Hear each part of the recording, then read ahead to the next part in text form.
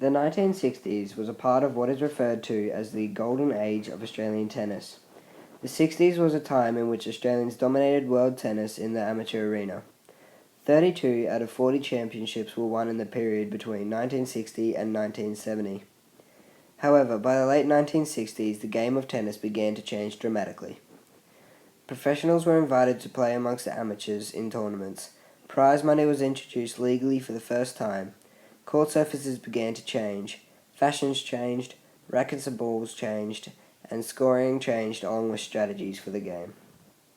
The biggest change for the game of tennis came about when organisations other than the International Lawn Tennis Federation, known as ILTF, began to make appearances.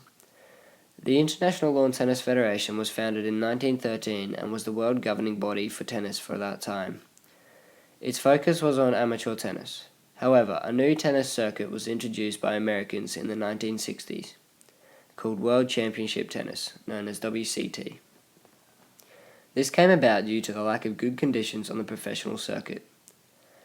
The World Championship Tennis organization ran in opposition to the official International Lawn Tennis Federation circuit and was a tool for professional men's tennis.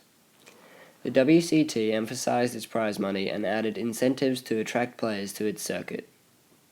At the same time, the ILTF received sponsorship to organize Grand Prix tournaments, allowing players to compete openly and legally for monetary reward.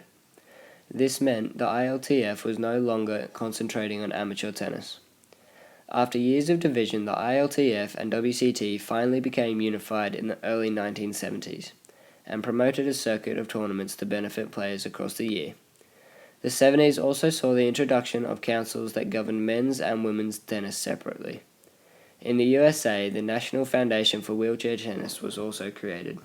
In 1977, the ILTF's name changed to become the International Tennis Federation, ITF. Grass surfaces were no longer the common surface for the game. A larger variety of surfaces had begun to be used, including anthill grit used for court surfaces in Australia.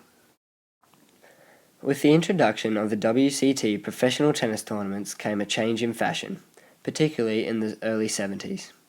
Tennis clothing moved away from plain white to become designed with coloured and patterned fabrics. Not only did women's clothing become seriously shorter and tighter, but men's also became shorter and tighter. The era of the spray-on shorts had begun. Improving the quality of tournaments with the merging of professional and amateur tennis expanded the popularity of the game. Television coverage of tennis began growing, and after some research, it was decided that the yellow ball was more visible to television viewers.